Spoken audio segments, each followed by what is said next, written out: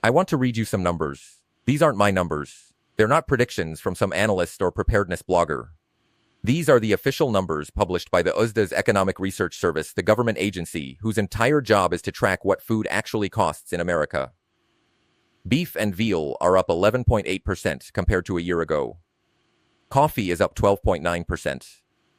Sugar and sweets are up 6.9%. Fresh vegetables are up 9.9%. Farm-level wheat prices are up 31.2%.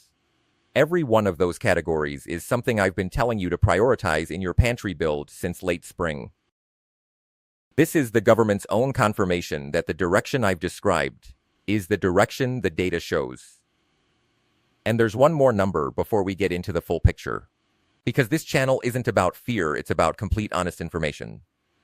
Eggs are down 27.9% compared to a year ago, with a full-year USDA forecast of minus 30.4%. That's genuinely good news, and I'll tell you exactly how to use it. Today I'm walking you through the complete USDA data picture.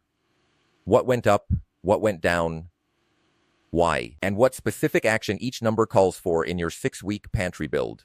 Welcome back, everybody, to Food Shortage Prep. Before I get into the numbers, let me explain where this data comes from, because that matters for trust. The USDA's Economic Research Service publishes the food price outlook every month, free at USDA.gov. It tracks and forecasts annual price changes across 15 grocery categories, combining consumer price index data from the Bureau of Labor Statistics with producer price index data from across the agricultural supply chain. This is the systematic, data-driven work of career agricultural economists, not fear-mongering. Not guesswork. Most of the numbers I'll walk through are year-over-year comparisons what a category costs now versus a year ago, because that's the most meaningful measure of how your grocery budget is actually changing. I'll also mention some month-over-month figures, which are more volatile but useful for seeing which way things are trending right now. And I'll give you the full year 2026 forecasts, since those describe the price environment you'll be shopping in through the rest of the 6-week plan and beyond. One note on timing. The most recent food price outlook incorporates CPI data through May and June of 2026. This is current. The next update, incorporating July data, comes from the Bureau of Labor Statistics on August 12th. Let's go through the categories under upward pressure. Beef and veal up 11.8%. Retail beef and veal prices were 11.8% higher in June 2026 than June 2025. The USDA's full-year forecast is a 7.5% increase, with a range of 3.1% to 12.2%. At the farm level, cattle prices are forecast to rise 13.9% for the year.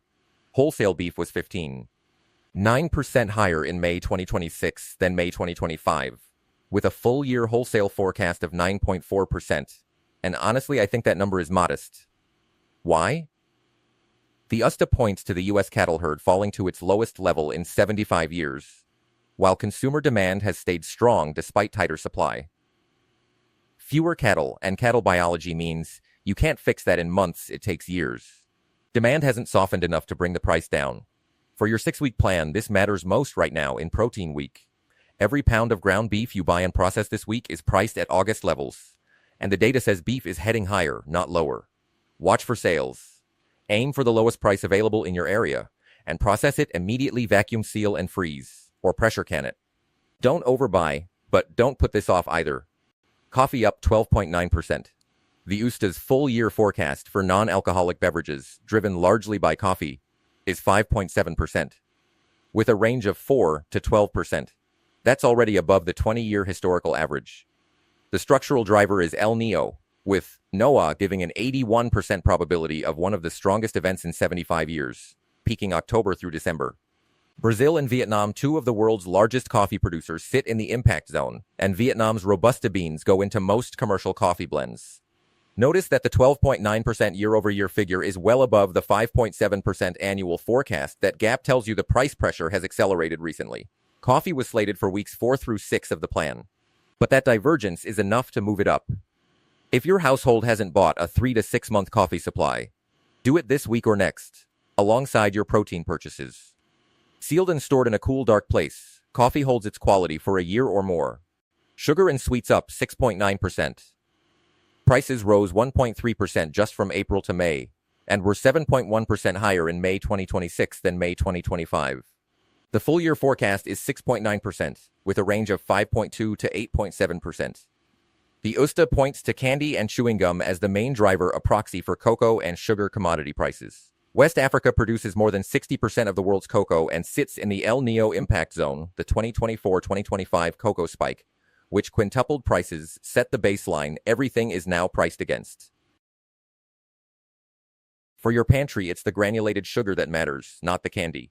This is a week 4 purchase, a 10 to 25-pound bag bought now, before the price increase fully lands in October and November when holiday baking hits. Sugar has an indefinite shelf life in an airtight container, so there's no downside to buying now. Fresh vegetables up 9.9%. This one surprises people. Retail prices were 9% higher in June 2026 than June 2025, with a full year forecast of 7.7%. But that average hides a lot. Fresh tomatoes were 32% higher in May than a year earlier, the result of tariffs, a Florida freeze, and Mexican crop disruption all landing on one vegetable. Meanwhile, fresh potatoes were actually 6% lower. That's why the category average can feel both accurate and misleading, depending on what's in your cart. The real story is at the farm level, where vegetable prices are forecast to rise 27.6% for the year, with a wide range of 11.3% to 49.3%. That pressure hasn't fully reached retail shelves yet, which means the current 9.9% retail number isn't the ceiling. This is the strongest argument for finishing your summer produce preservation in week 3. Every jar of tomatoes, peppers, green beans, and corn you put up now is at farm stand prices, before that farm level pressure works its way to the store. Wheat, farm level up 31.2%. Farm level wheat prices jumped 14.7% in a single month, April to May, and were 31.2% higher in May 2026 than May 2025. The full year forecast is 21.1%, with a range of 6.1 to 39.8%.